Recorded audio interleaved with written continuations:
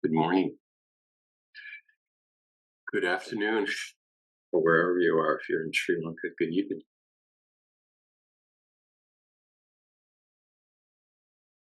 It's uh, it's just such a pleasure to be here together with all of you. I was thinking about when Wangbo went to meet Bai Jiang, and Bai Jiang says the teacher says tall and imposing. And why did you come here? He asks of Wangbo, and Wangbo says magnificent and imposing. I came for nothing else. I came just for this. I came just for this.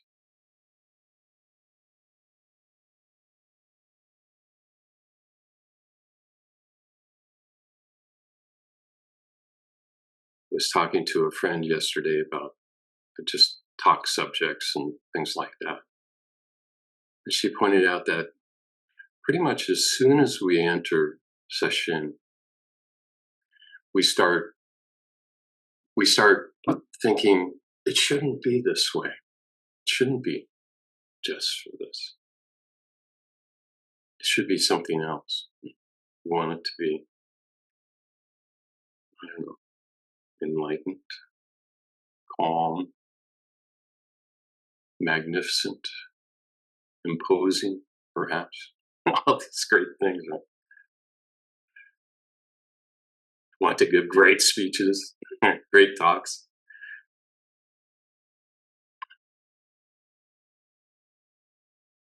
But nothing other than this. I'm feeling at this very instant a bit harried. I've been getting phone calls from my daughter, emergency phone calls. She couldn't last night or this morning. She couldn't get in the gate in the property we have up north, and it was raining and very early morning, dark. My tenant couldn't get in either.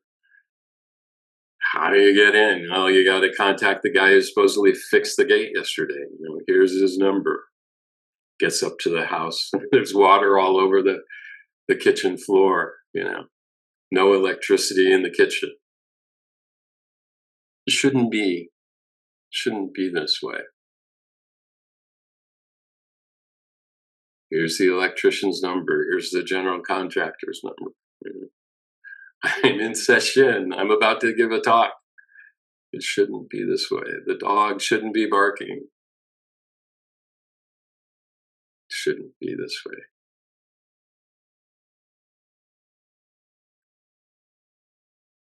Last night, actually, just as we were closing, I got a text from my wife. She was late, so I knew something was up.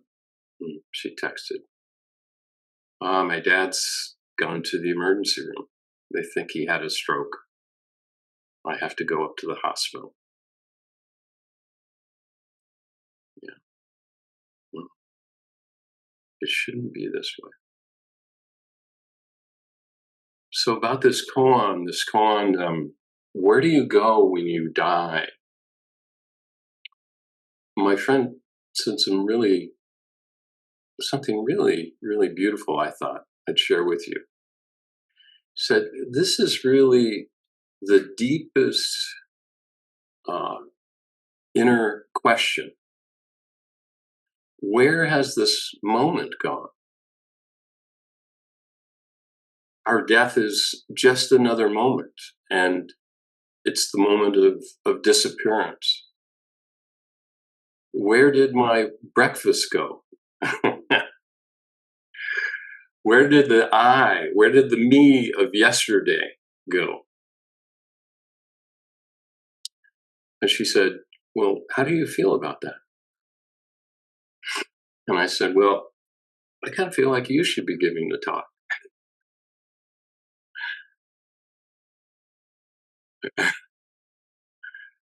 Where do you go when you die? It shouldn't be this way. And it is. And the beauty of it is it's captured in that. It's captured all in that craziness and the difficulty and the beauty of it all.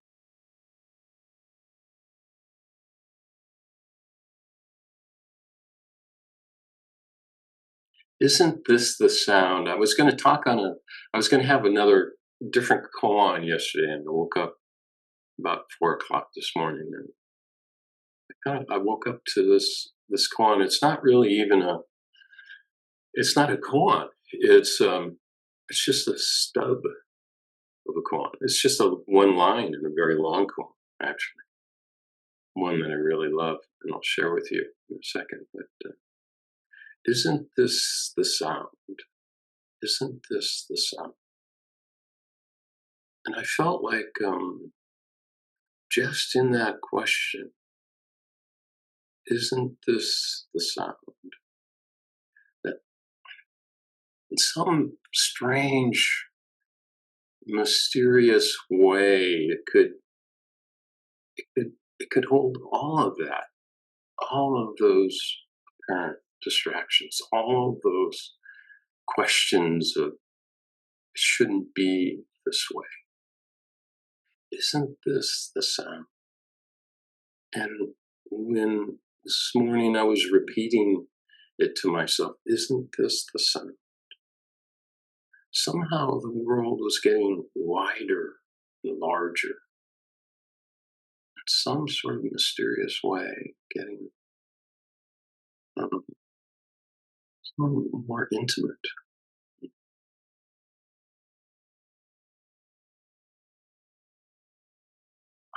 You know, the miscellaneous collection too. John talked about when he first got it, when I first got it a long time ago. I think there were like 40 koans, and I think now there are, I don't know, 110, 115 or something if you break them all up. And the editions that we've gotten are just, so many of them because we draw from them on our talks or notes and so often. But they're just the editions are just so many of them mysterious and beautiful and lyrical, poetic.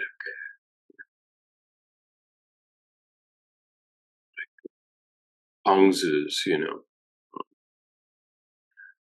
What about the ones who neither come nor go? We heard this last night. What about the ones who go? What about the ones who come back? What about the ones who neither come nor go? And Stone Woman calls them back from their dreams of the world. Isn't this the song? Isn't this the calling?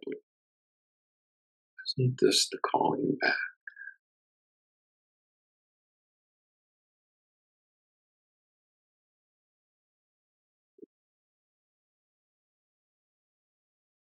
The song was in the ghost language, so humans could sing it, but only spirits could understand it. Humans could sing it, but only spirits could understand. From Marlong's song. How beautiful is that?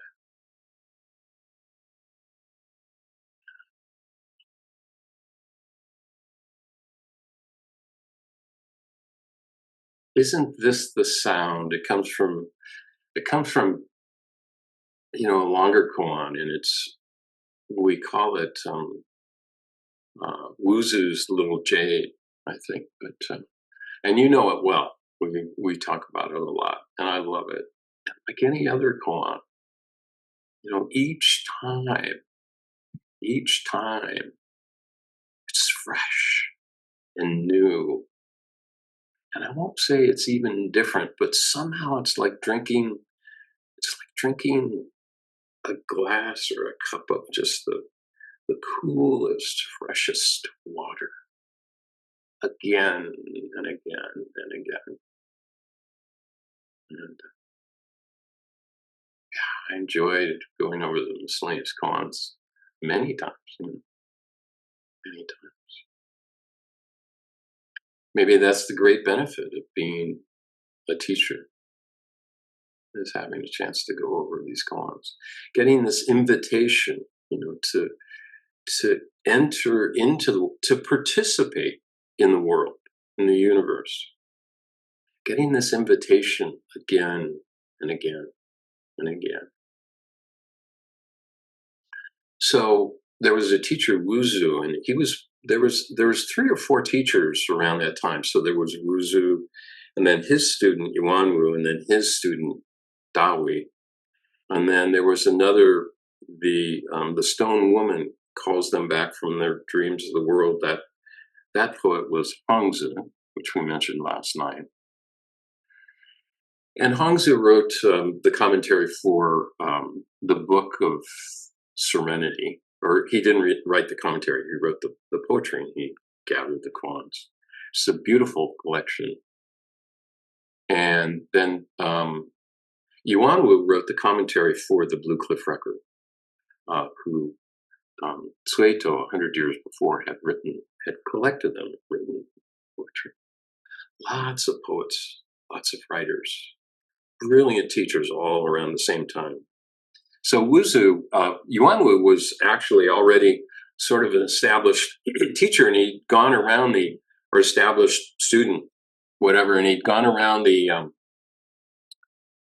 parts of China, and he had encounters with teachers, and they all said, "Yeah, man, you get it, you get it, you get it. You're good, you're good, you're good." And he goes to Wuzu, and Wuzu says, "No, you don't get it." Kind of like our head of practice. No, no, no, you don't get it.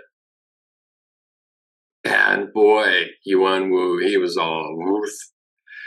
He says, "I'm not staying here. I'm leaving." And Wuzu says a really strange thing, and I know you've heard the story, but it's so beautiful. He says a really strange thing. He says, "When you're ill with fever, remember me." And Yuanwu did indeed become ill with fever, and he came back, and he became Wuzu's assistant. So one day, an official, they were in Sichuan, and if you look at the map of China, where these guys and these nuns used to go, just long distances, 300 miles, 500 miles on foot. They were in Sichuan, and an official had retired there. And they were very close. The teachers of these largest monasteries, particularly the public monasteries, were very close to the officials, and there was a lot of collaboration.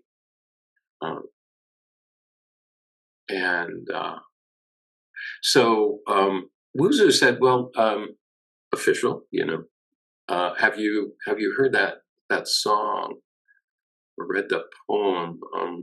She calls to her maid, little Jade, not because she needs something, but just so her lover can hear her voice." And the official said, "Yeah, I've heard that. It's cool, very cool." And Wuzu says, "It's very close to Zen." And then the official left, and Yuanwu said, "Well, did he understand what you're saying?" And Wuzu said, "Well, he understood the words, but he didn't really get the meaning. He hadn't yet gotten the meaning." And Yuanwu said, "How's that possible that he understands the words, doesn't get the meaning?" And immediately Wuzu does this Aikido move, and he just shouts, "What is the meaning of Bodhidharmas coming from the West?" And with that, Yuanwu's just stopped. And Wuzu answers, the cypress tree in the garden. And with that, Yuan Wu has some sort of awakening, some sort of opening. And he wanders off and he goes to his hut. And he begins to compose a poem, which was traditional at the time. And a rooster hops on top of the fence and crows. And Yuan Wu says, "Isn't this the sound? Isn't this the sound?" It's such a lovely question. Isn't this the sound? Who am I? What is my original face before my parents were born? It's so beautiful. And that's the piece that took me this morning. And then Yuan Wu did write a poem. He says, "The golden duck disappears into the golden brocade." And another translation is the golden duck censer. In other words, the incense holder disappears into the golden brocade. The country bumpkin returns home at night singing a drunken song. Only the beauty knows of her love affair. Again, just wonderful. It's wonderful.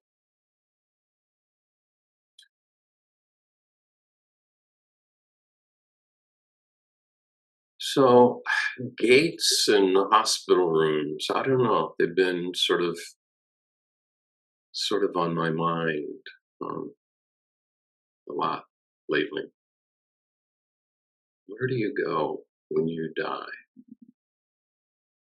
Isn't this the sound?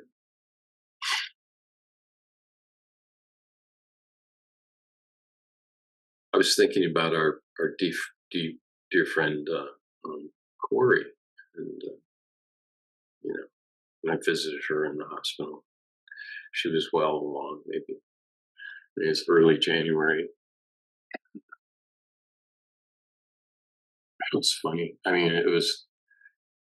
She said, "Oh yeah," she recognized it. "Oh yeah, this thing," and it just went faster.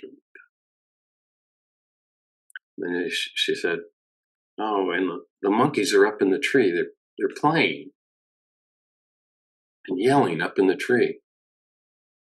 And I looked over to M, her daughter, for translation,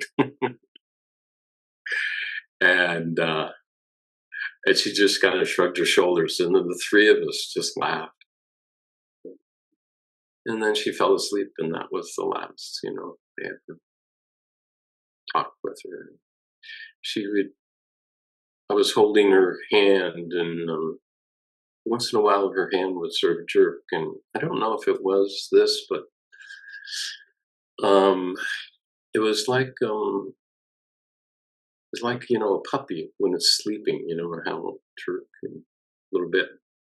I wonder what are her dreams of the world? What are Corey's right now? What are Corey's dreams of the world? What are my dreams of the world? What are my dreams of Sesshin?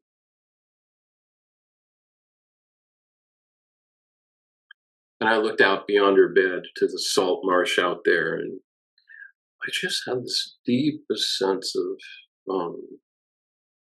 continuity.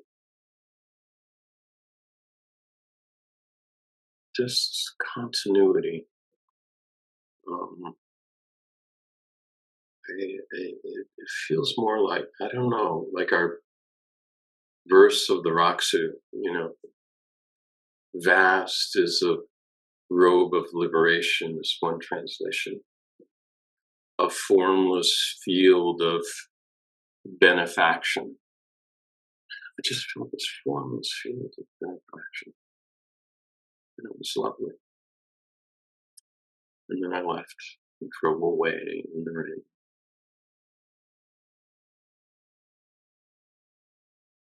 And this morning at 4:30, I thought of something I haven't thought about since my own mother died. She was in the hospital room. She had she had fallen downstairs in my house, and I rushed her to Stanford Hospital. She said,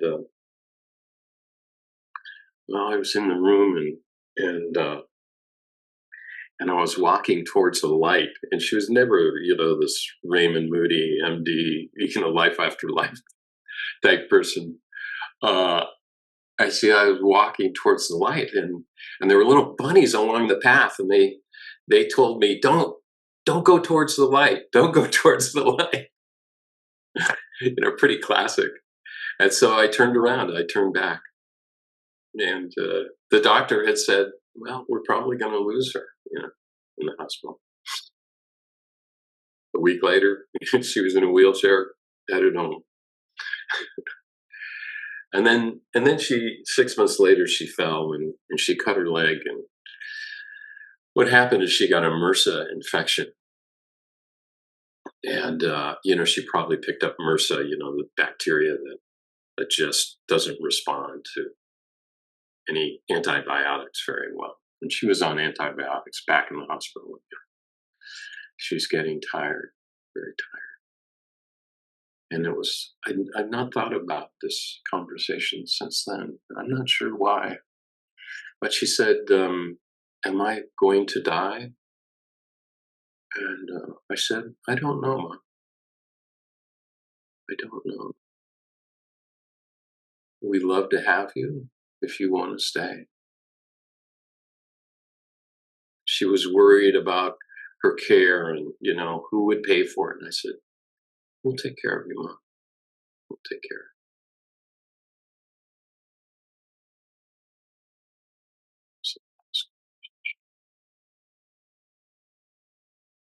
So I feel, I don't know, it's so wonderful to be here to share with you, share stories, and to share the whole range of expectations as we're going into session. But it's nothing other than this, really. And we're not trying to achieve some sort of purity or something exalted. It can't be any more exalted than this, right? It can't be higher than this. We're just trying to achieve what we are, where we are, when we are, and not push away the world. And that's hard to do. And I'm working with you in that exact same way. Engaging, trying to engage. Isn't this the sound? Isn't this the sound? Finding some avenue there for engagement. And it's wonderful to be your partner. I don't know if I'm your guide. I think I'm your partner, and I thank you for that. Isn't this the sound? So thank you. Thank you all for listening.